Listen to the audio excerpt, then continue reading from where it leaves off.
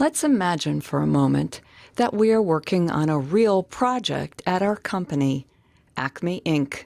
We sell products to the cartoon industry. Our first step is to collect the requirements and use those requirements to detail appropriate user stories.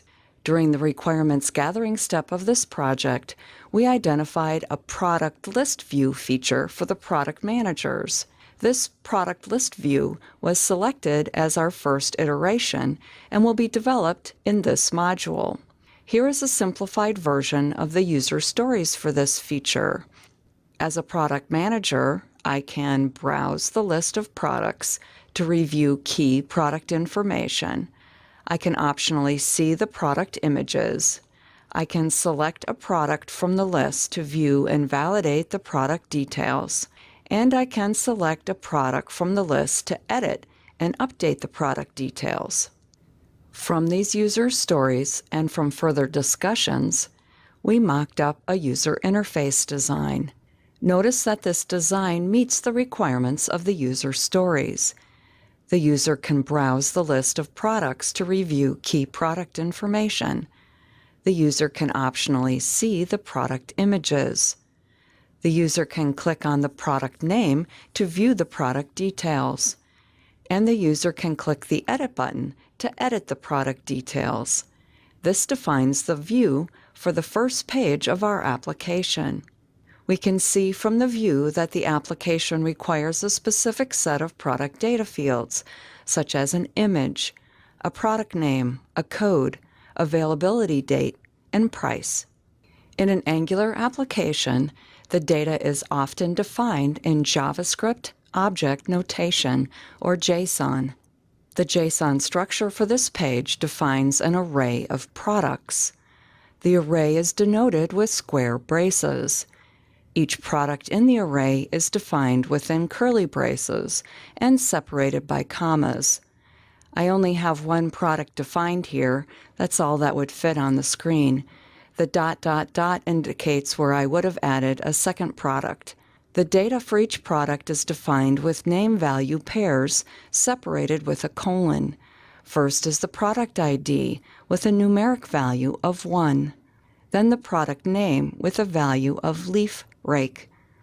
Then there's the product code, the release date, a description, the cost and price, which are decimal values, category, then the tags.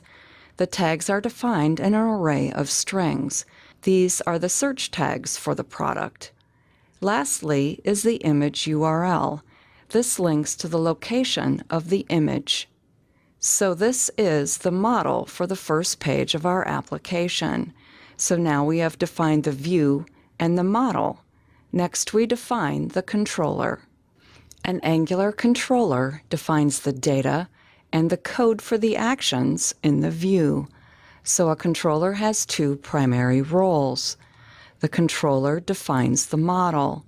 The primary purpose of most Angular controllers is to define the model required by the view. So the controller is said to contain the view's model, and hence an Angular controller is sometimes referred to as a view model. The controller also implements the methods for any actions that the view can perform. So the controller contains the code for the user interface actions. For the product list controller, the model is the list of products. To define the model, the controller needs to retrieve the set of products. In a web application, this is most often achieved by calling a back-end web service. We'll talk more about retrieving data in the next module. The product list controller implements the method required to hide and show the images. The project team had voiced concerns about the size of the images, both the size that the image takes up on the screen and the physical file size.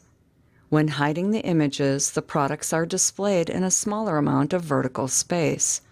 Hiding the images can also improve performance because the image files don't need to be downloaded. We have now defined the controller for the first page of our application. Let's summarize this with a picture. At this point, we defined an Angular application with a view, a model, and a controller. The view contains the HTML and basic Angular directives. In this case, the ng app directive defines the application as an Angular application.